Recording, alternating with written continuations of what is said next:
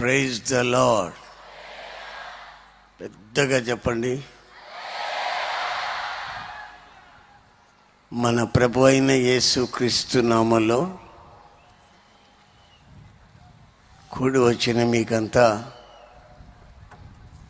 నా హృదయపూర్వకమైన వందనాలు. అందరికీ వందనాలు, స్తోత్రాలు. మొదటి గుడారాల పండుగ సరిగ్గా లెక్కబెట్టిన రోజు ఇస్తలు తెస్తామని 80 ఇస్తలు తెచ్చా. ఇద్దరు ఎక్కువైతే మరలా సైకిల్ ఇచ్చి పంపించా, ఇంకా 2 తక్కువ తెమ్మని. అంటే 82 మంది వచ్చారు గుడారాల పండుగకి. మొదటి గుడారాల పండుగ అది 14వ మైలు లేమల్లిలో జరిగింది. అక్కడ రోడ్డు ప్రక్కన పోరంబోకు స్థలంలో చిన్న గుడిసె వేసి ఆరాధన చేస్తున్న ఆ పరిచర్య ఈ రోజున మీ కళ్ళకి కనబడుతున్నటువంటి ఇంత పరిచర్యగా మారింది.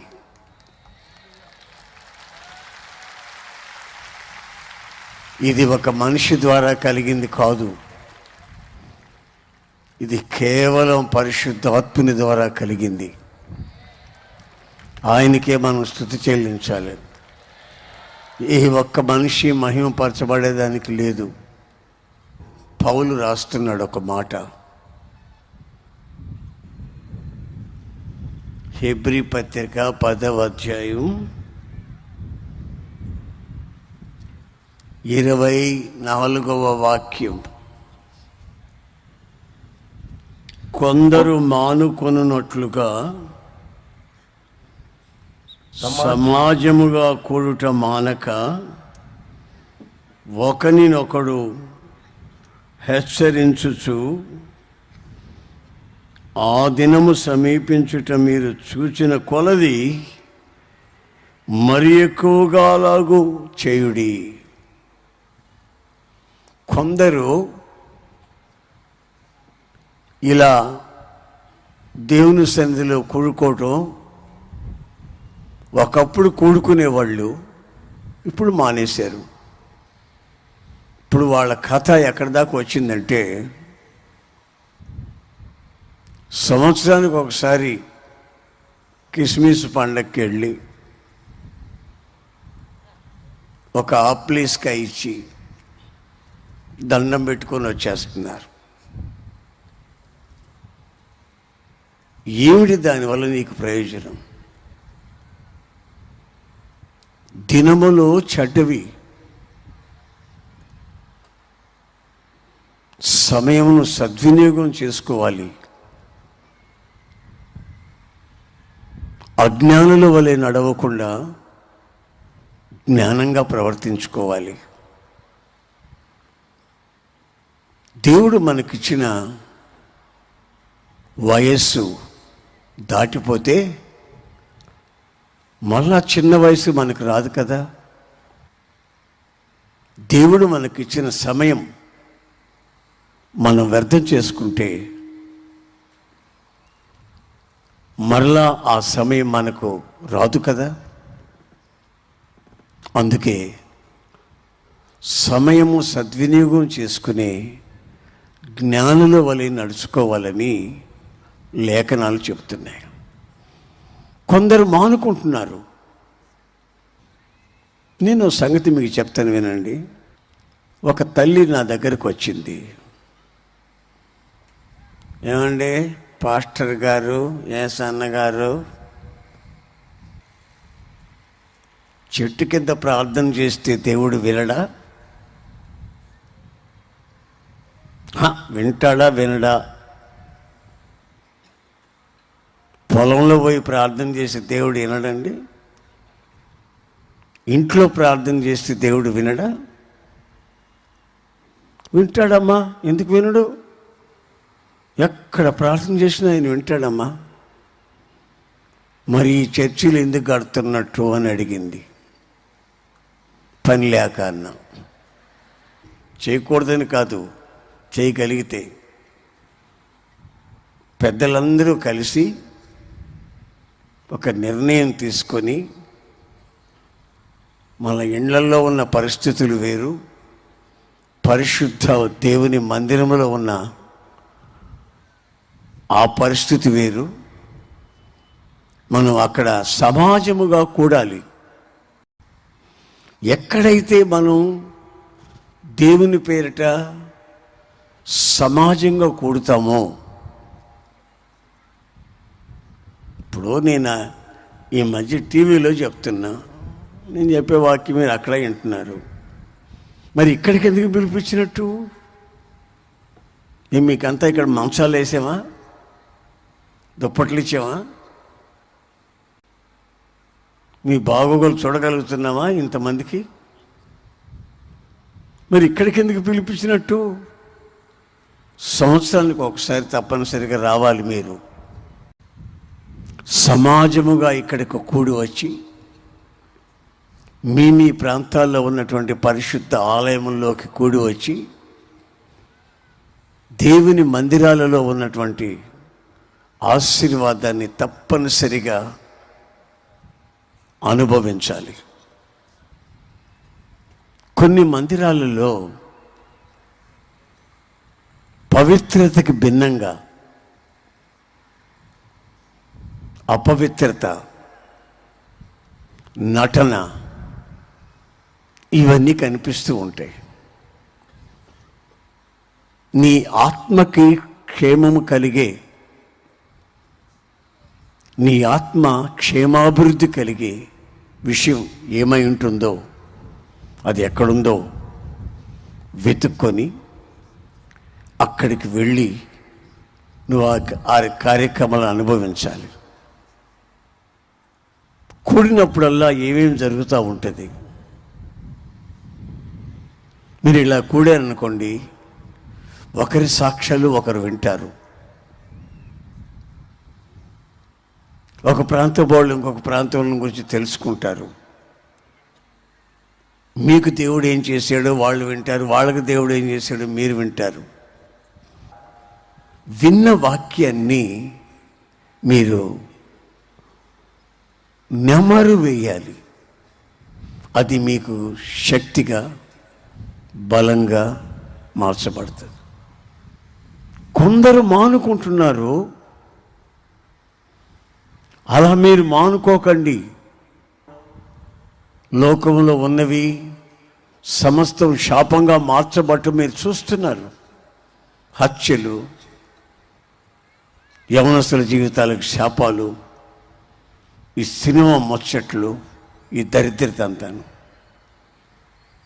నిండు 100 ఏళ్ల జీవితాల్లో యవనస్తులకి ఆ పనికి మాలిన సినిమాల వల్ల, పుస్తకాల వల్ల, వాళ్ళు వాడుతున్న సెల్ ఫోన్ల వల్ల వాళ్ళ జీవితాలకి శాపం కలుగుతూ ఉంది. ఈ భయంకరమైన దినంలో మనము, మన పిల్లలు ఎలా ప్రవర్తించాలి? మనల్ని చూసి అన్యజనులు ఏ విధంగా భయపడాలి అనేది మొదట మనం తెలుసుకోవాలి. ఒకసారి యేసు ప్రభు ఒక ఊళ్ళో ఉన్నాడని తెలిసిందండి. తెలిసిన వెంటనే ప్రజలు గుంపులు గుంపులుగా వచ్చేసారు. వాళ్ళల్లో ఒక పక్షవాతం జబ్బుతో ఉన్న వాడిని తీసుకొచ్చారు. మంచం ఎత్తుకొని వచ్చారు. ఆ ఇంట్లోకి వెళదామంటే చోటు లేదు. ఎవరో ఒక ఐడియా చెప్పాడు. పైన మట్టి మిద్దే కదా, అది తీసేయి, ఆయన ముందు దించండి, ఏం జరుగుతుందో చూద్దామని. యేసుప్రభు అక్కడ ఉన్నాడండి. జనం అక్కడ కూడి వచ్చారు. ఇప్పుడు పరిశుద్ధాత్మ దేవుడు ఇక్కడ ఉన్నాడండి, మీరంతా కూడి వచ్చారు. ఆత్మతో సత్యంతో ఆరాధించేదానికి వచ్చారు. కొందరు కన్నీళ్లతో రావచ్చు, కొందరు కుటుంబ సమస్యల్లో రావచ్చు, నిందలు అనుభవించే వాళ్ళే ఉండొచ్చు. అప్పుడు యేసు ప్రభువు దగ్గరకు వస్తే అక్కడికి ప్రజలు కూడి వచ్చారు. కూడి రావడం మానకండి అని చెప్తుంది వాక్యం. కూడి వచ్చారు. ఆ మంచాన్ని పై నుంచి పట్టి దించారు, ఆయన ఎదుటికి దించారు. ఆయన మొదట ఏమన్నాడు తెలుసా?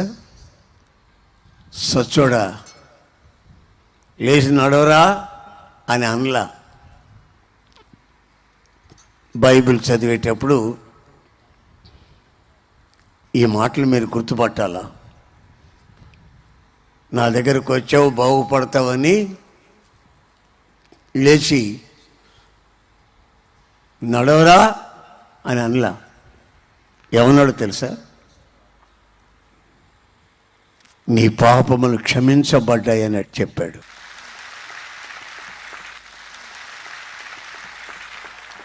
సచ్చోడు సచ్చు బాగుపడటం ముఖ్యమా, తన పాపములు క్షమించబడడం ముఖ్యమా? ప్రపంచంలో ఇప్పటికి ఎవ్వరూ కూడా నేను నీ పాపాన్ని క్షమిస్తాను అన్నవాడు లేడు. దేవుళ్ళు అని పిలువబడే వాళ్ళు ఉన్నారు,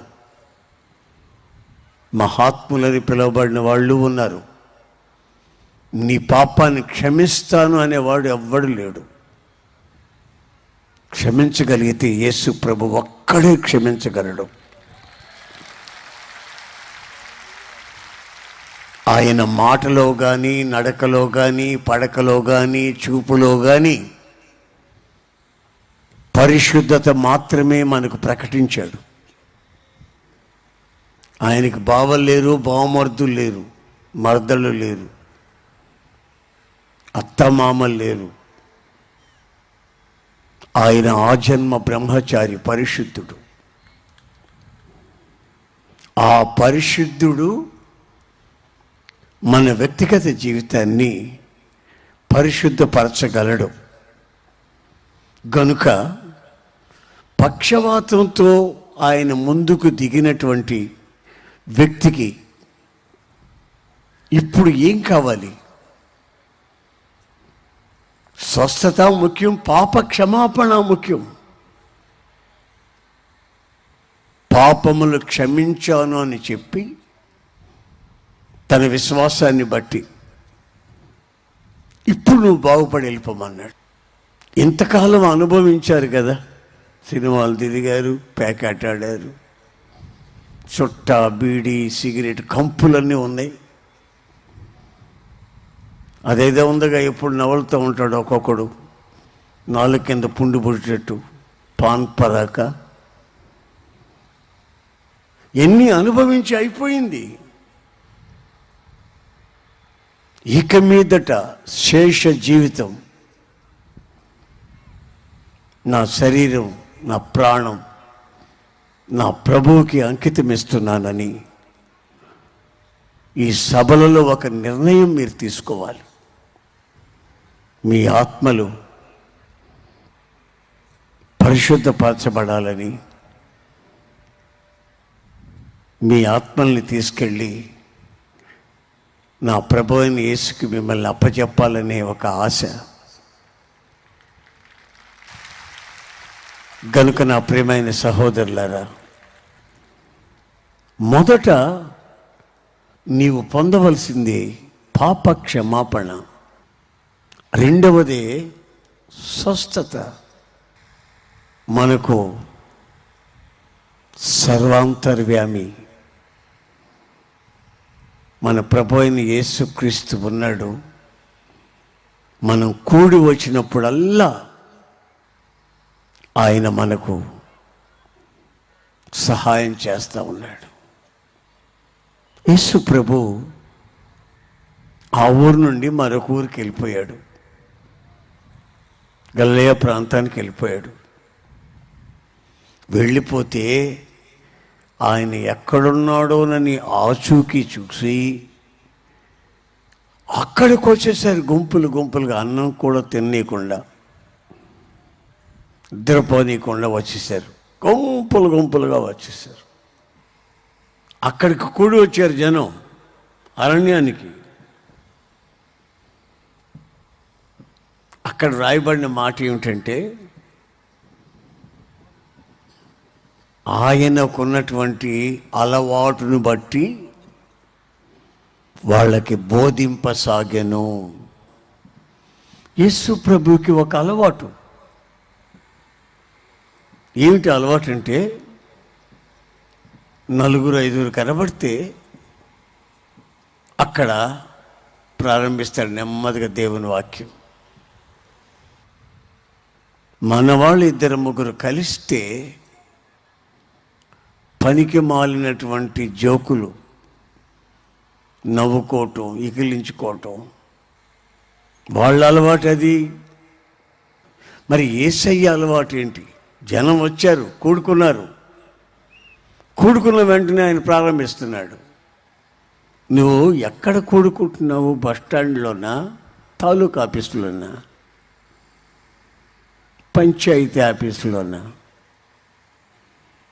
నువ్వు కూడుకోవాల్సింది ఎక్కడ? దేవుని మందిరములో, జీవము గల దేవుని మందిరములో. జీవము గల దేవుని మందిరములో నువ్వు కూడుకున్నప్పుడు ఆయన అలవాటును బట్టి, ఆయనకి కొన్ని అలవాట్లు ఉన్నాయండి యేసు ప్రభువుకి. మరి మీకేం అలవాట్లు ఉన్నాయో నాకు తెలియదు. బైబిల్ అనేది ఏమిటంటే, ప్రతి ఉదయకాలం ఆయన ముఖాన్ని చూసి మనం తృప్తిపరచబడాలి. యేసయ్య ముఖం చూసి తృప్తిపరచబడాలి. మనకు ఆయన తప్ప ఎవరు లేరు. ఆయన కృపలేని క్షణాన్ని నేను ఊహించలేకపోతున్నాను. ఊహ కూడా ఆ క్షణం వద్దనుకుంటున్నాను. కోప్పడుతూనే ఉన్నాడు, వాత్సల్యం చూపుతూనే ఉన్నాడు. ఏమిటో ఆయన ఏమిటో మనకు అర్థం కావట్లేదు. అంతటి గనుడు, మహాగనుడు, ఆయన ఏమైనా చేయగలడు. ముందుగా ఒక మాట చెప్పాను. కూడి వచ్చినప్పుడు పక్షవాతం జబ్బోడికి పాపక్షమాపణ కలిగింది అని చెప్పాను. రెండోదిగా చెప్పాను, ప్రజలు కూడి వచ్చినప్పుడు అలవాటును బట్టి ఆయన ప్రసంగం చేయటం ప్రారంభించాడు. ఆయనకి ఆ అలవాటు. ఇప్పుడు ఒక చిన్న మాట చెప్తా. ఒక భక్తి గల కుటుంబం ఉండేది. వాళ్ళు ప్రార్థన చేసుకుంటుండేవాళ్ళు. దేవదూత కనబడి, పలానా ఊళ్ళో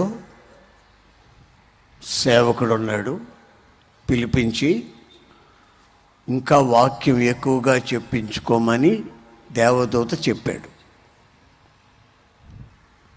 వెంటనే ఇతను అక్కడికి మనిషిని పంపించాడు.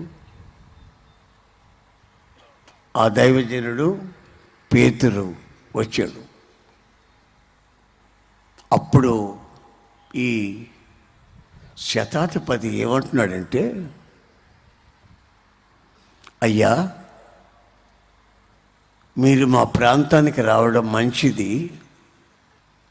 దేవుని సన్నిధిలో మేమంతా కూడి ఉన్నాము. దేవుడు నీకు ఆజ్ఞాపించే సంగతులు ఏమిటో అవి మాకు చెప్పండి. దైవజనుడా, నీకు దేవుడు చెప్పే మాటలు, ఆజ్ఞలు అవన్నీ మాతో చెప్పండి. మేము వినుటకు సిద్ధంగా ఉన్నాం, అలా చేయుటకు ఆశిస్తున్నాం. వినుట మాత్రమే కాదండి, విన్న విషయాన్ని ఆచరించుటకు కూడా మీరు ఒక నిర్ణయం తీసుకోవాలి. ఒక చెవిలో విని ఒక చెవిలో వదిలేయకూడదు. విన్నదాన్ని ఆచరించాలి. చివరి వరకు మనం ఈ ఆత్మ సంబంధం అనే జీవితంలో నిలిచి ఉండాలి. దేవుని వాక్యం అలా ప్రకటిస్తుంది. మరొక చోట ఏమి రాయబడి ఉందంటే, మీరంతా జీవము గల దేవుని మందిరానికి వస్తున్నారు, బాగానే ఉంది. కూడి వస్తున్నారు, అంతా బాగానే ఉంది.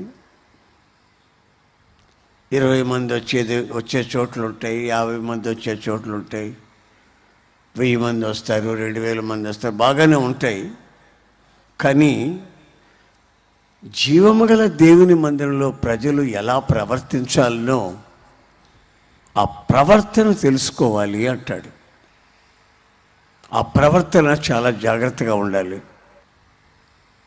మనం అనుకునే స్వస్థత కానివ్వండి, క్షమాపణ కానివ్వండి, వీటంతటికి మూలం మన ప్రభు అయిన యేసుక్రీస్తు. ఈ లోకంలో రోమా ప్రభుత్వాన్ని గడగడలాడించి సమాధి నుంచి లేచి దైవ కుమారుడుగా నిరూపించబడ్డాడు నజరేయుడైన యేసు. నజరేయుడైన యేసు, నజరేయుడైన యేసు. తలలు వంచండి, ఒక చిన్న ప్రార్థన చేస్తాను.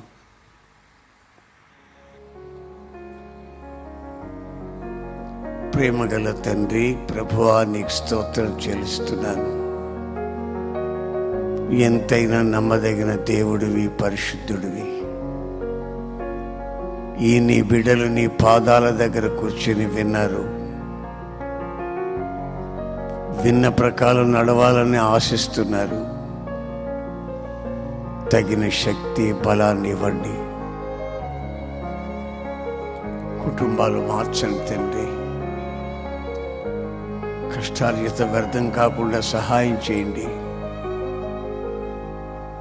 ఏ విధమైన కన్నీళ్లతో వచ్చారో ఆ కన్నీళ్ళకి జవాబు అనుగ్రహించమని వేడుకుంటున్నాను. నువ్వు ఎంతైనా చేయగలవు, ఏమైనా చేయగలవు నాయనా. నీ కృపా బాహుళ్యమును బట్టి, మమ్మల్ని మీరు నడిపిస్తున్న మార్గం బట్టి స్తోత్రములు. ఏ విధము చేతనైనా ఆద్యంతం మీరయ్యుండి మీ దివ్యనామానికి మహిమ కలుగునట్లు సహాయం చేయమని, నీ ఆరోగ్యకరమైన రెక్కలు చాచమని, నీ వైపు చూచుటకు సహాయం చేయమని నజరేయుడైన యేసు నామములో అడుగుచున్నాను తండ్రి. ఆమేన్.